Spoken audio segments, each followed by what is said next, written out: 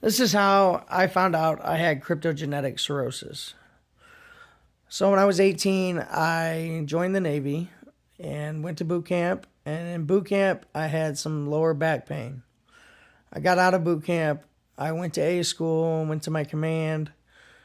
One day I went on a trip, and on the trip, I started peeing blood.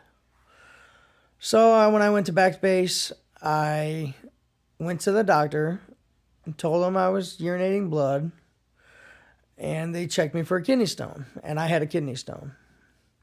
So we did a lithotripsy to blow up the stone so I could pass it. After the lithotripsy, I went back for a follow-up appointment, and I told the doctor that the pain in my lower back had stopped, but I was still having some discomfort underneath my rib cage on my right side. And it felt like pressure and a little bit of pain. So he did some blood work and came back and told me that my liver enzymes were a little elevated, but I was on a medication that could cause that. So I needed to get off the medication for a little bit and then redo my blood work. So I got off the medication, and he told me not to drink, so I didn't drink. A few weeks later, we did another blood work, and my liver enzymes were still elevated. Mind you, at this time, I'm 20 years old.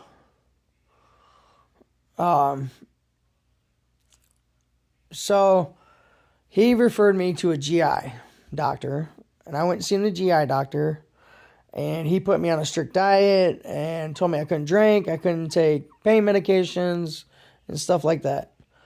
So I followed the rules, I did what I was supposed to. He did a few rounds of blood work, and my liver enzymes stayed elevated. So he referred me to a hepatologist, a liver specialist. I went to San Diego to see the liver specialist, and he basically told me he wanted to watch me for a while and watch what was going in my body. So he was going to hospitalize me, and they were going to watch everything going in and out of me and track my liver. So I went in the hospital, and we tracked what I was put in me, and my liver enzymes stayed elevated during my hospital stay. So he decided he wanted to do a liver biopsy. So we scheduled it. I went in, we did the liver biopsy. The biopsy came back inconclusive. So they sent it to Washington, D.C., and the doctor in Washington, D.C. said the same thing. He said there was something going on. He just didn't know what it was, but there's definitely something going on. So they sent me home. I went back to work, but I was still having pain and discomfort in my side. So after trying to get a hold of the doctor a bunch of times, they finally sent me to a pain management doctor. And they gave me a TENS unit and told me they didn't know what was causing my liver enzymes to go up and down, but it wasn't cirrhosis, it wasn't hepatitis, it wasn't nothing of those things. So basically they couldn't do anything for me, and I kind of quit seeing the doctor after that point. I got out of the Navy, and for the next 10 years, I would go to the doctor, I'd go to the ER, they would do blood work and stuff on me, and they'd say, hey, your liver enzymes are elevated. And I'd say, well, they've been that way since I was 18, 19, 20 years old. And they'd say, oh, okay. And that would be the end of it. So when I was 30, I was working full time, and I was working out regularly. And one day I came home from the gym, and I was going to take a shower, and I was in the shower, and I vomited. And it came out all red, and dark red and red. So I told my wife, I'm like, hey, I just vomited. It kind of looks like blood.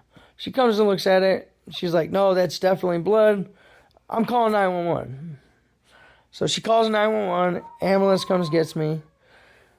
Go to the hospital. They do my blood work.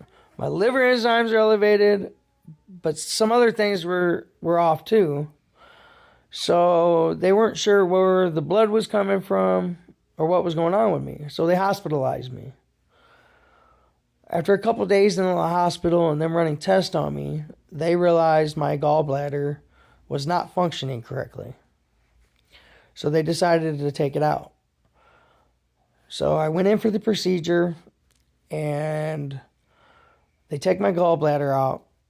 And when I wake up, the doctor's in the room with me, and he says, hey, Mr. Martinez, your liver is really bad. And he kind of chuckled. He's like, it's really bad. It's the worst I've ever seen, personally. And my dad died of cirrhosis, so I immediately thought, oh my God, I'm going to die.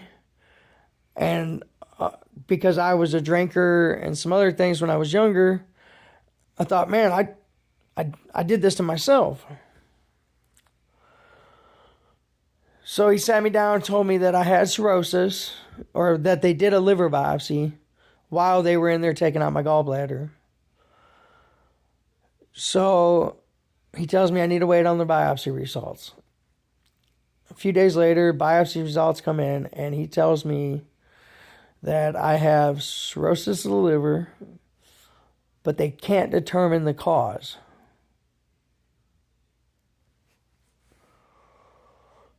So he referred me to a GI specialist, and that is how I found out that I had cirrhosis of the liver. But I didn't know I had cryptogenic cirrhosis for a couple more years, because they referred me to a GI doctor, and that doctor did a bunch of tests, couldn't figure out what it was. So he sent me to another doctor. That doctor did the same test, sent me to another doctor. That doctor did the same test, sent me to another doctor. And that went on for 3 years. Finally, we got tired of seeing these doctors, so we went to a family doctor.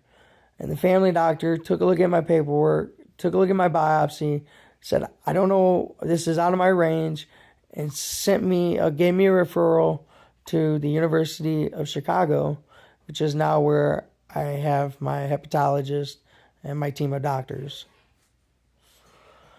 Once I started going to the University of Chicago, my liver specialist looked at my biopsy, and some other liver doctors looked at my biopsy, and they determined that I had cryptogenic cirrhosis, which is so they didn't know the cause. They didn't know if it was something that my dad could have possibly handed down to me.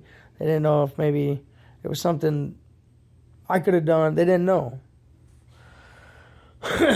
So that's how I found out I had cryptogenic cirrhosis. If you like this video and you want to hear more about what it was like after I got cryptogenic cirrhosis, please like this video.